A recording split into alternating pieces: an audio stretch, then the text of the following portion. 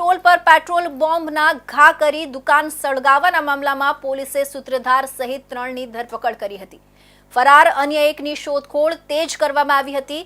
પકડાયેલા આરોપીઓને ઘટના સ્થળે લઈ જઈ સમગ્ર ઘટનાનું રિકન્સ્ટ્રક્શન કરવામાં આવ્યું હતું। શહેરના 150 ફૂટ રિંગ રોડ પરના ખોડિયાર નગરમાં રહેતા અને આકાશવાણી ચોકમાં નકળંગ ટી સ્ટોલ ધરાવતા જીલાભાઈ ઉર્ફે મુનાભાઈ સિરોડિયા ગત તારીખ 14ની રાત્રિના પોતાની હોટેલે હતા। ત્યારે હોટલની નજીક ભગતસિંહ ગાર્ડન પાસે ક્વાર્ટર્સમાં રહેતો જયદેવ મહેશ રામાવત હોટેલે આવ્યો હતો અને હોટેલ સાથેની પાનની દુકાને માવો ખરીદ કર્યા બાદ ₹100ની નોટ આપ્યાનું કહી ધમાલ કરી હતી। થોડીવાર બાદ નકળંગ હોટેલ પર પેટ્રોલ બોમ્બના ઘા થયા હતા। પેટ્રોલ ભરેલી સળગતી 2 બોટલ ફેંકાતા હોટેલે હાજર ગ્રાહકોમાં નાસભાગ મચી ગઈ હતી। ઘટનાને પગલે યુનિવર્સિટી પોલીસ સ્થળ પર પહોંચી હતી અને તપાસ કરતા સ્થળ નજીકથી વધુ 2 પેટ્રોલ બોમ્બ મળી આવ્યા હતા। પોલીસે હોટેલ સંચાલક જીલાભાઈની ફરિયાદ પરથી ગુનો નોંધ્યો હતો। સીસીટીવી ફૂટેજમાં પેટ્રોલ બોમ્બ બનાવવામાં અને ફેંકવામાં 4 શખ્સો દેખાતા હતા। પોલીસે ફૂટેજના આધારે જયદેવ સહિત 4ની શોધખોળ શરૂ કરી હતી। યુનિવર્સિટી પોલીસ સ્ટેશનના પીઆઈ HN પટેલ સહિતની ટીમે જયદેવ મહેશ રામાવત તથા એક સગીર વયના નેપાળી શખ્સને ઝડપી લીધા હતા। શહેર ક્રાઇમ બ્રાન્ચની ટીમે ચિરાગ શૈલેષ જલાલજીને ઝડપી લઈ યુનિવર્સિટી પોલીસ હવાલે કર્યો હતો। સ્થાનિક પોલીસ દ્વારા ગંભીર ઘટનામાં સામેલ 4 આરોપીઓમાંથી 3 લુખ્ખા તત્વોનો ગણતરીના દિવસોમાં પકડી પાડી ઘટના સ્થળે લઈ જઈ સમગ્ર ઘટનાનું રિકન્સ્ટ્રક્શન કરવામાં આવ્યું હતું। સાથે ભવિષ્યમાં આવું કોઈ કૃત્ય બીજી વાર નહીં કરે તે માટે ટી સ્ટોલ માલિક અને જાહેર જનતા સમક્ષ બંને ટપરીઓ પાસેથી 2 હાથ જોડી માફી મંગાવી કાયદાનું ભાન કરાવવામાં આવ્યું હતું।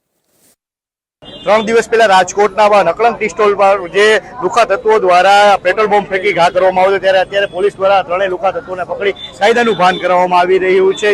આ એ જ આપણે જે દ્રશ્ય જોઈ રહ્યા છો એ જ નકળંગ ટી સ્ટોલ છે રાજકોટના જે આકાશવાણી ચોકમાં આવેલી દુકાન કે જ્યાં 3 દિવસ પહેલા જે લુખ્ખા તત્વો દ્વારા ₹100 જેવી નજીવી બાબતે જે લુખ્ખા તત્વોએ છે તે પેટ્રોલ બોમ્બ ઘા કર્યા હતા। ત્યારે આપણી સાથે અહીંના ઓનર છે, આપણે એમની સાથે વાત કરીશું।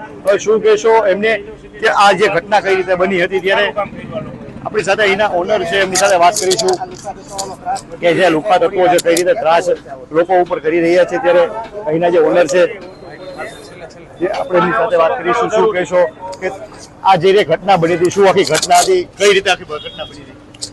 દારૂ પીને આવેલા હતા આ લોકો સંક્રાંતિ 14 તારીખે દુકાન ઉપર પૈસા બાબતે બબાલ કરેલી લોકોએ ₹50 આપ્યા। એમાંથી લોકોએ બબાલ કરેલી કે અમે ₹100 આપેલા, આપણે એને ₹100 પાછા આપેલા।